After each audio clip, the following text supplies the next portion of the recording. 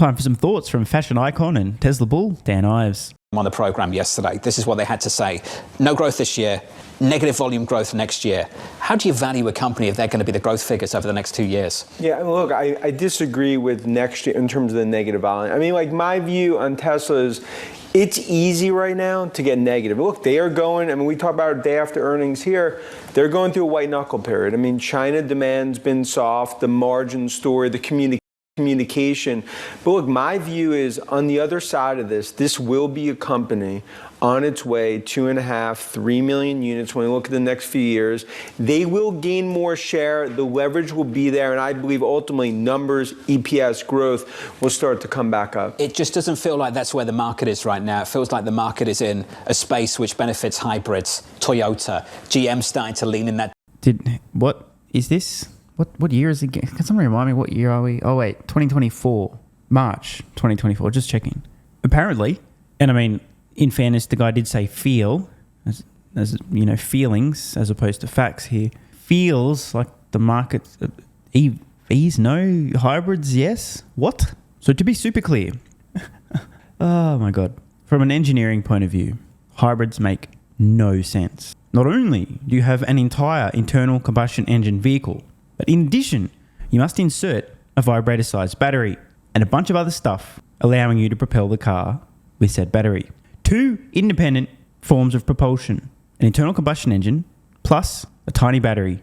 From a first principles point of view, this makes 0 sense. You have a shit ton of unnecessary components, parts, failure points, additional things that require maintenance, extra costs, extra mass, extra time assembling the vehicle. There was a very short window of time when hybrids made some sense. That was before electric vehicles had reasonable range. We're well past that point.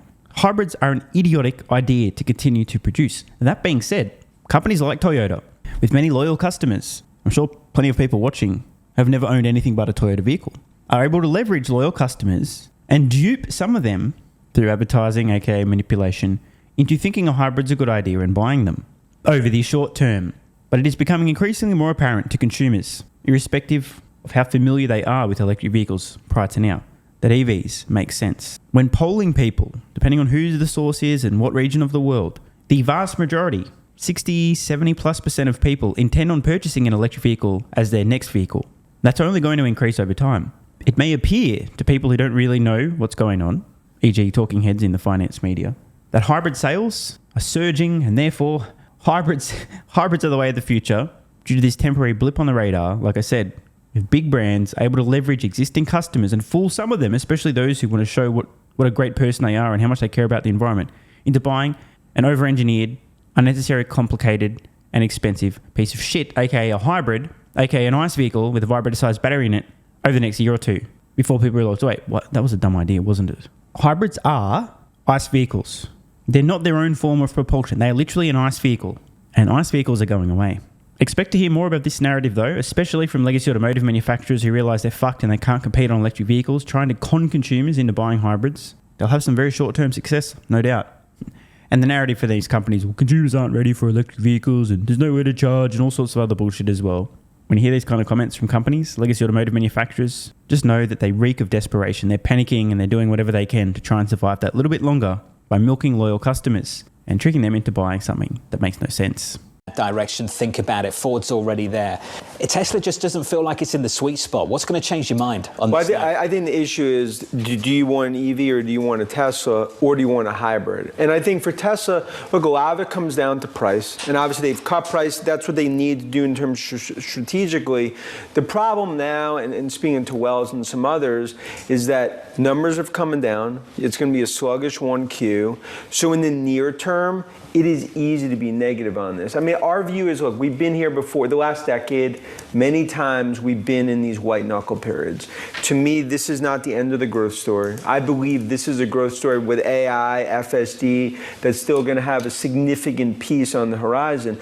But no doubt, in the near term, like when I have a positive note on Tesla, probably 30 emails within 10 minutes negative, because sentiment, look, the Uber driver today was super negative on Tesla. Yeah, but So the Dan, you point know is- why they're upset. Because if I'm a client, this stock is down by something like 30% year to date, and you've had a buy on it the whole way down. No doubt. But That's why they're upset. 100%. But in my career, in 25 years, our calls have been when things got the worst, whether it was Apple, Tesla, Amazon, Apple. When things got the worst, you handheld through those periods in terms of onto the other side. It is easy to yell fire in a crowded theater when you're going through this period. So Dan makes some reasonable points there. It is very easy to be negative now. A lot of groupthink and herd mentality.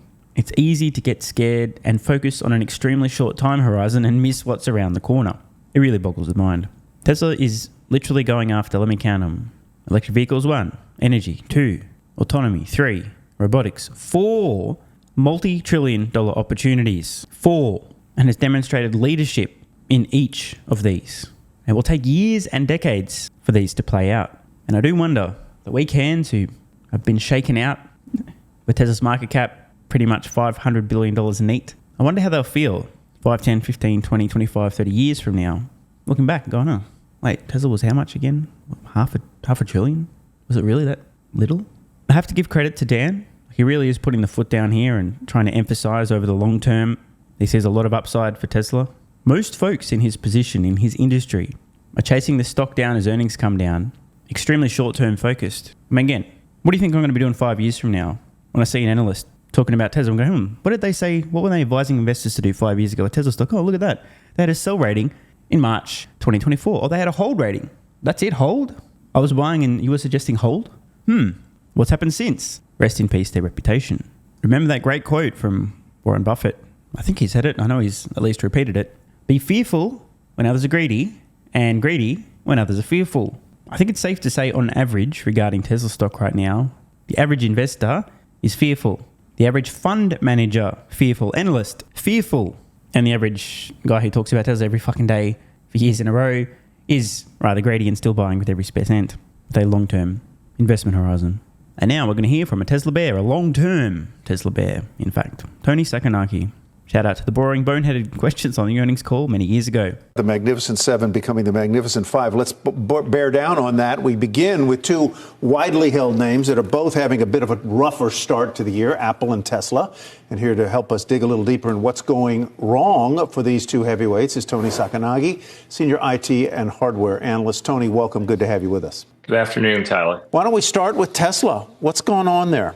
The company entered the year with a very rich valuation multiple, and it's in a period where it may not grow much. Last year, earnings were down.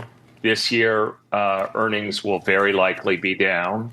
And the automobile business this year may not even grow. And unfortunately, 2025 is likely to be the same. So you have a stock that's trading at, depending on where you think numbers. This is a pretty wild comment from Tony, thinking that Tesla's auto numbers won't grow in 2025 either. I mean, look, Tesla may be a little bit late, but if not, they ramp up the next-gen vehicle, Cybertruck will continue to ramp, and the next-gen vehicle surely will contribute to higher volumes. Even if this is not the case, though, it's interesting, right? Tony actually, by the way, hilariously used the term automobile. No comment. Tesla's automobile business may not grow in the next year or two. And look, I'll give this to Tony. Might not see staggering growth compared to previous years because they are between growth waves. It's going to take time to ramp up the next-gen vehicle. And Cybertruck's going to be a pretty slow ramp too, I suspect. However, what about Tesla's AI business? Autonomy, robotaxis. How soon do they deploy their first robotaxi? Does the take rate increase on FSD? What about Tesla's energy business? And how about progress on the humanoid robot? That could literally scale the global labor market indefinitely. As Dan said, it certainly is easy to be negative on Tesla at the moment. By the way, it is a very rare situation indeed when Tesla stock is even close to Tony's price target. And by the way, as I record this, his price target $150 a share and Tesla stock $163.57. So he's pretty much there. Just goes to show how bearish the market is on Tesla at the moment. Just want to show you guys Tony's history on Tesla stock. He's been covering it for a long ass time. On tip ranks here, earliest rating was a hold in 2017. Now, I'm going to zoom in a little bit here. In the early days, from 2017 up until, let's call it mid-2020, not a single buy rating, just permanently hold, taking a wait-and-see approach, seemingly. Since that point in time, however, the guy has switched to sell. So he's not once since 2017, not a single time has Tony ever recommended investors buy Tesla stock. I mean, that's probably all you need to know about his track record on understanding this company, in my opinion. 2017, 2018, 2019, when Tesla stock got, about $12, $13 a share, still didn't see any opportunity there. At $12.71, split adjusted, $12.34, split adjusted, $14 split adjusted. In that time period, hold, not buy, hold. Meanwhile, I dumped my entire emergency fund, because the emergency was Tesla stock at that price, and loaded up. And the reason that I mention this now, just is to give some historic context on Tony's calls regarding Tesla, how he values the company, and the fact that right now, as I record this, Tesla stock is essentially where he thinks it's valued correctly. Yet look at his track record in the stock. This is what we call a perma-bear. You would think surely at some point here, the guy would have seen some potential upside, right? For some context, the last hold rating from Tony, July 23, 2020, Tesla stock $106 a share, and he's not recommending investors buy it. He's recommending they hold it. Okay, fair enough. But we're now nearly 4 years later. And during that entire time, there wasn't a single instance where Tony thought, here, maybe an opportunity to buy now. Look, at $106 a share in mid-2020, he says hold. Moments later, at $98 a share, he says sell. So think about this. Essentially, in the middle of the year in 2020, close to 4 years ago, less than $100 a share, he's telling people to sell Tesla. Yet, 2023, early in the year, Tesla stock almost the same price. Yet the company has reached massive scale, is absolutely dominating. This is obvious even to folks hopefully like Tony. Yet he's still recommending investors sell. Even at this point in time, he didn't say, you know what? A lot's changed since then. The company's printed a lot of money. They essentially have no debt here, bringing in billions, got a massive war chest, an unassailable lead, dominant technology, industry-leading profits, huge scale, moving faster than anyone else. The energy products are scaling up as well. Maybe a buy? No, still a sell. This is the thing that really puzzles me. If Tesla had experienced zero growth over those 2.5 years, if they hadn't earned any profits, if they hadn't demonstrated their lead, their profit margins versus the rest of the industry, I might understand. But it's just really hard to take this guy seriously when not once at all since covering Tesla stock has he ever thought it's a bit of a deal. And relative to some of his previous recommendations, it's just a head scratcher. Anyway, back to Tony's track record on screen now. The first bullet point, underperform. Oh wait, no, that's not his track record. That's what he thinks Tesla's going to do. Right. Are this year somewhere around 60 times earnings, and there's no growth. And you were talking about how there have been shifts in the Magnificent Seven. I think part of the challenge for Tesla and to a certain degree for Apple, and why you're seeing investors vote with their feet is neither are growing this year, and it's tough paying up for companies that aren't growing. So there's clearly concern for Tesla in the near to medium term about its ability to grow. So, I mean, Tony does make a fair point. There is concern. It's not really valid, but it does exist. This is an important distinction. Sentiment versus reality. Perception versus reality. As I mentioned earlier, Tesla literally going after $4 trillion plus opportunities. Some of them decatrillion dollar opportunities. Electric vehicles, energy storage, autonomy, robotics. Over the long term, it seems pretty clear if you're sitting on a bunch of S-curves stacked one upon another, there's huge scope for growth. But if you have a very short-term perspective, you're easily prone to fear, uncertainty, and doubt.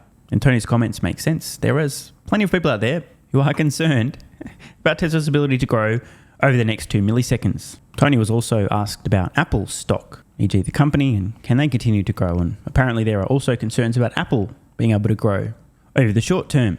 Not the first time these concerns have existed with Apple, but I mean, as we can see on screen now, from 1984 until today, pretty much 40 years on the dot. Split adjusted from 11 US cents to $172 per share. Apple's had its share of drawdowns too.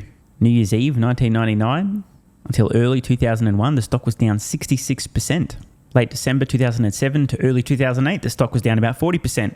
September 2012 to April 2013, again, the stock's down about 40%.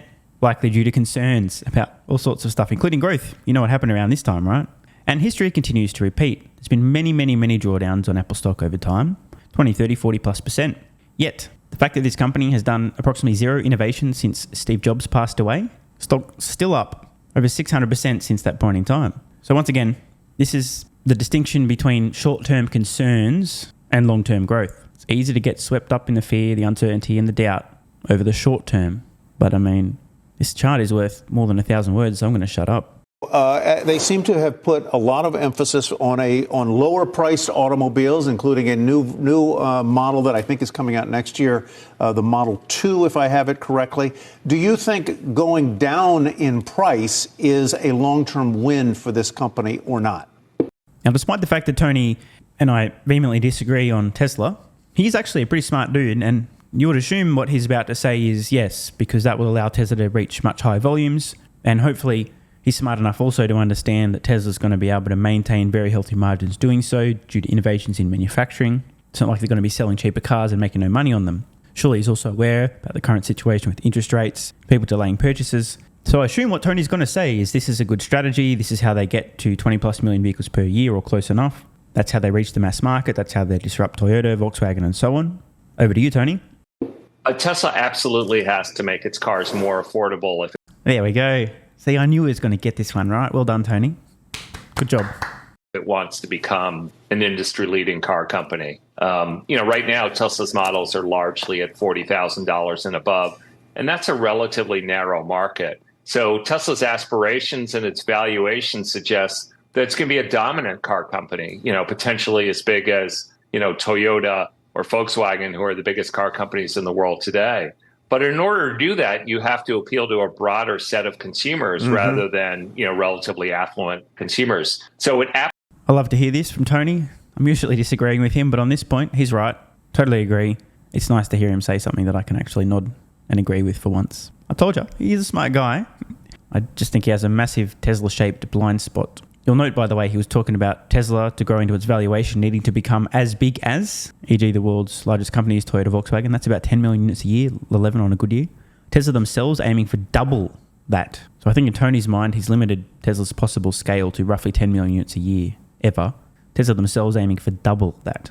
Absolutely has to go down market. And the challenge is it's going to take some time. The car will likely only debut at the end of 25. It'll take some time to ramp that car. So Tesla may not see, real volume benefit from that car till late 26 or even 2027. And that's a long time for investors to wait. Is that why BYD, though, is outpacing Tesla right now, that they have more models to choose from for lots of different consumers? Absolutely. I mean, Tesla really has 4 models and 2 of them are above $70,000. BYD has almost 30 models, and they start in China with micro EVs at under $10,000. So now, it's true. The number of models is not really what matters. As long as you've got one great product in each category, that's enough. But BYD has dirt cheap vehicles, literally, some of them, 1/3 or half the price of a new Tesla. So BYD is already competing in the arse end of the market price-wise. Of course, in fairness, many of those vehicles would not be roadworthy outside of China due to lack of safety features and so on. Not to disparage the company, just the facts are the facts. In order for Tesla to get toward those price points, they're still years away. So you would hope that BYD would be selling a lot more vehicles than Tesla is, and just eclipse Tesla in Q4 of 2023. But obviously, if you're selling vehicles for half or 1/3 the price of Tesla, a lot more consumers can afford them. Tesla's never going to make a shitty vehicle. They're going to make great vehicles as affordable as possible.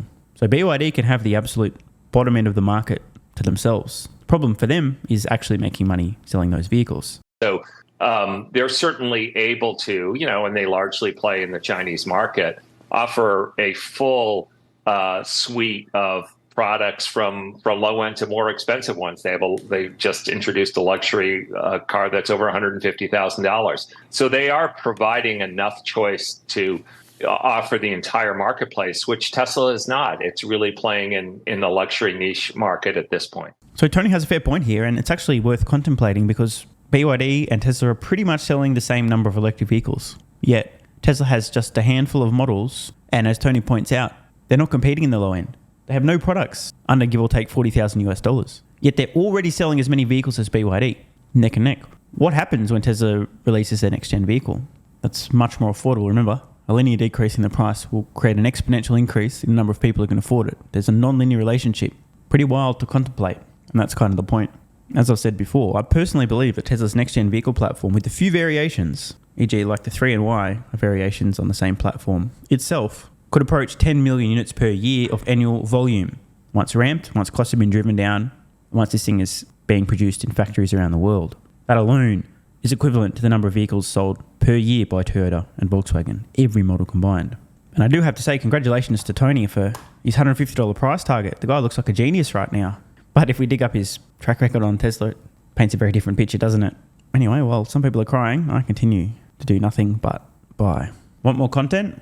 Early access? Bunch of perks? Click the links in the pinned comment. AG1 has given me a massive, meaningful boost in energy, allowing me to do a lot more every day, including using my brain more and using my body more. I highly recommend you guys and girls check it out. It's an excellent way to fill in nutritional gaps. It's got 75 high-quality vitamins, minerals, and whole food source nutrients, plus prebiotics and probiotics and digestive enzymes and adaptogens to help you deal with stress. Plus, if you click the link in the pinned comment or head to drinkag1.com/SMR, you can get yourself a 1-year free supply of vitamin D3 and K2. But don't take my word for it. Here's what some of you guys and girls have to say. AG1 has changed my life. I was, as you described, treating myself like a circus, ate like trash, rarely exercised, used alcohol as a stress crutch, cannabis also. AG1 is what gave me the kick in the ass, got me back to the gym, motivated me to do more for myself, family, my business, etc. Keep doing what you do. Now, I know there's some skeptics, the same kind of people who think Elon Musk is a fraud, reading this going, what do you thought? There's no way that's possible, bro. It must be a placebo effect. Believe it or not, this is a recurring theme. If you give your body everything it needs to feel and perform its best, including having a lot more energy, you'll need ways to use that energy. For me personally, that includes more exercise, moving my body more social activity, and more cognitively demanding tasks, including producing a ton of exclusive content over on Twitter and on Patreon, plus my daily YouTube uploads. The proof's in the pudding. On to another testimonial from a viewer of this channel. SMR, you asked me to provide feedback on AG1. Here it is. It has helped with mental acuity, stamina, and intestinal waste management. Can't read between the lines. It certainly helps with regularity and digestion. That's what the digestive enzymes are for. It has also dramatically reduced my cravings for sugar. You guys need to stop eating sugar. It's fucking poison. I'm 50, 5'9", and overweight, aka a fat motherfucker. I think that's a technical term for overweight, isn't it? Is it fat motherfucker or obese? I can't remember. I average 100 hours a week in the West Texas oil fields as a safety supervisor. Jesus Christ, dude. No wonder you're struggling to keep your weight under control. 100 hours a week. Brutal. It has helped me lose weight. It is not an appetite suppressant. It can help fat people suppress cravings, and motivation to be healthier is critical for changing your diet. Love you, brother. Again, this is a great point. It's something people really don't seem to grasp. If you have more energy, everything becomes easier. It's like turning on easy mode for life. A few years ago, before I was taking AG1, my health was trash. I was struggling to get through the day, had afternoon fatigue. The last thing I wanted to do was either use my brain or move my body. Didn't have the energy. Now, my biggest struggle every day is figuring out ways to use that energy. I'm exercising way more, doing a lot more with my friends and family, and of course, my work output has increased substantially. And you can fact check me. Check out the average length of my videos I was posting to YouTube 3 years ago. Need I say more? And one final testimonial. Love this one. Okay, here's the deal for me with this AG1 shit. I'm 41 years old and not the type to eat, drink, smoke, or sleep healthy, so I was skeptical. That being said, here's what I experienced. Day 1, meh. Day 2, afternoon fatigue was about 45 minutes late. Day 3, 0 afternoon fatigue. Day 4, 0 afternoon fatigue plus extra energy. Day 5, again, 0 afternoon fatigue plus energy, wondering, what the fuck, really? See, this is the thing, right? The results for many people are just almost too good to be true. This is the same experience I had. My afternoon fatigue just vanished out of nowhere. I'm like, wait, what the fuck? Why am I not tired in the afternoons anymore?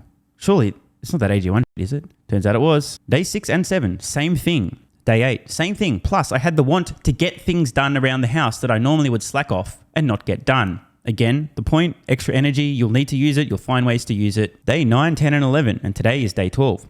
I fucking love it. So however you managed to get me to buy it, I'm so glad you did. Thank you so much, SMR. It really changed me so far. Guys, this shit really works. Just try it. By the way, this is the reason I continue to relentlessly promote AG1. A lot of people get real fucking mad in the comments. Oh my God, Snake Oil Salmon's sold out. Oh my God, he's a scammer. This is fraud. But constantly, I'm pretty sure everyone making these comments is also currently short Tesla stock. I'm not particularly concerned about people having a negative perception, those folks suffering from small brain syndrome, still living in my bum's basement syndrome, etc., writing mean comments, claiming AG1's a scam or it doesn't work. I mean, bro, when I get feedback like this is what keeps me going. Just try this stuff for a month, and if you don't get these results, get your money back. See, it's a literal no-brainer. It's an IQ test at this point in time. Testimonial after testimonial after testimonial like this. Get your money back if it doesn't work. Just try it for a month, and if it doesn't work, get your money back. Today's the day. It's finally time. Be like this guy who was a massive skeptic, but finally, after 1,000 promotions in a row, caved in, tried AG1, and has results like this. Head to drinkag1.com/SMR or click the link at the pinned comment, and please, let me know how you're feeling in a few weeks' time.